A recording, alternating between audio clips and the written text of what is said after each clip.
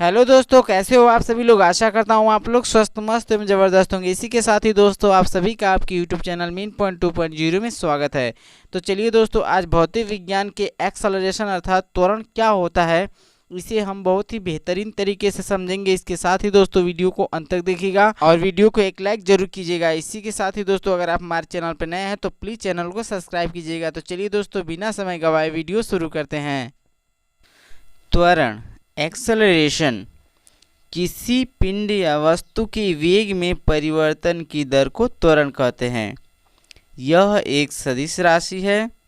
इसका एसआई मात्रक मीटर प्रति वर्ग सेकेंड होता है और इससे एक फार्मूला बन के निकलता है, त्वरण बराबर वेग परिवर्तन बटा के समय, या फिर ए बराबर v minus you upon T, जहाँ ए बराबर त्वरण, v बराबर अंतिम वेग, u बराबर प्रारंभिक वेग तथा t बराबर समय होता है। यह फार्मूला अति महत्वपूर्ण है दोस्तों, तो इसे याद रखिएगा क्योंकि इससे आपका सामना फिजिक्स में बार बार होने वाला है। तो चलिए दोस्तों त्वरण के हम कुछ अन्य प्रकार देख लेते हैं, जिसमें है पहले आपका एक समान त्वरण यूनिफॉर्म एक्सेलरेशन। यदि किसी वस्तु के वेग में समान समय अंतरालों में समान परिवर्तन होता है तो उसके त्वरण को हम एक समान त्वरण कहते हैं। दूसरा है आपका असमान त्वरण नॉन यूनिफॉर्म एक्सेलरेशन। यदि वस्तु के वेग में समान समय अंतरालों में समान परिवर्तन नहीं होता है तो उसे असमान त्वरण कहते हैं। तीसरा है आपका मंदन रेडिएशन, यानी ऋणात्मक त्वरण को हम मंदन कहते हैं और इसका एसआई मात्रक मीटर पर सेकेंड स्क्वायर होता है दोस्तों। ठीक है, रुकिए ज़रा, मुझे मालूम है आपको ये परिभाषाएं शायद समझ में नहीं आए होंगी, पर इसका भी इलाज है हमारे पास। तो चलिए इसे हम ग्राफ के माध्यम से बेहद ही आसानी से समझ सकते हैं। आप इस मोटरसाइकिल की आवाज़ को ध्यान से सुनिए। आपने सुना कि मोटरसाइकिल के वेग में समान समय में कोई परिवर्तन नहीं हुआ, अर्थात वेग स्थिर है और असमान त्वरण है।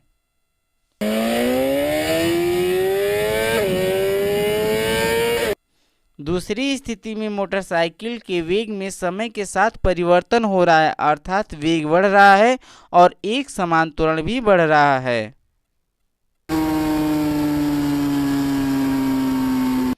तीसरी स्थिति में आपने क्या सुना, मोटरसाइकिल का वेग कम हो रहा है, अर्थात वेग के साथ त्वरण कम हो रहा है और यह ऋणात्मक त्वरण मंदन कहलाता है।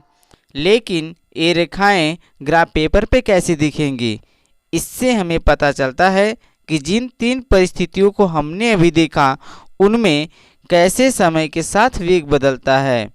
पहली स्थिति में वेग आरंभ से ही 20 मीटर प्रति सेकेंड है और यह आगे भी ऐसा ही रहेगा, ये न घटता है न बढ़ता है।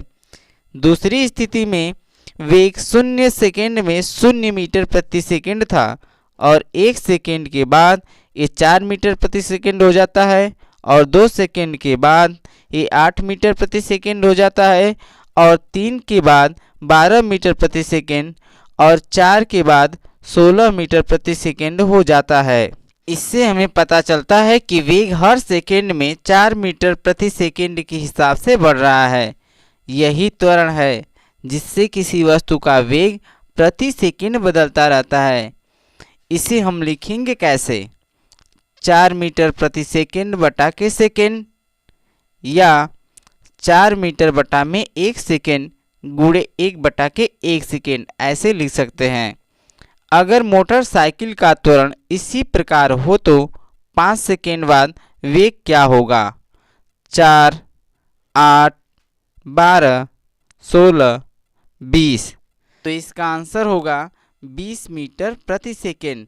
अब 8 सेकेंड बाद 24, 28, 32। अब हम कह सकते हैं कि वेग निकालने के लिए जो त्वरण हमें मालूम है उसे हम उतने ही सेकेंड से गुणा कर देंगे, जिसके बाद हमारा वेग निकल जाता है। तो ये होगा 4 मीटर प्रति सेकेंड गुणा 8 मीटर प्रति सेकेंड, अर्थात हमारा आंसर होगा 32 मीटर प्रति सेकेंड। चलो अब आप इसका उत्तर कमेंट बॉक्स में बताओ कि कोई वस्तु 1 सेकेंड में 6 मीटर आगे बढ़ती है तो 8 सेकेंड बाद उसका वेग क्या होगा।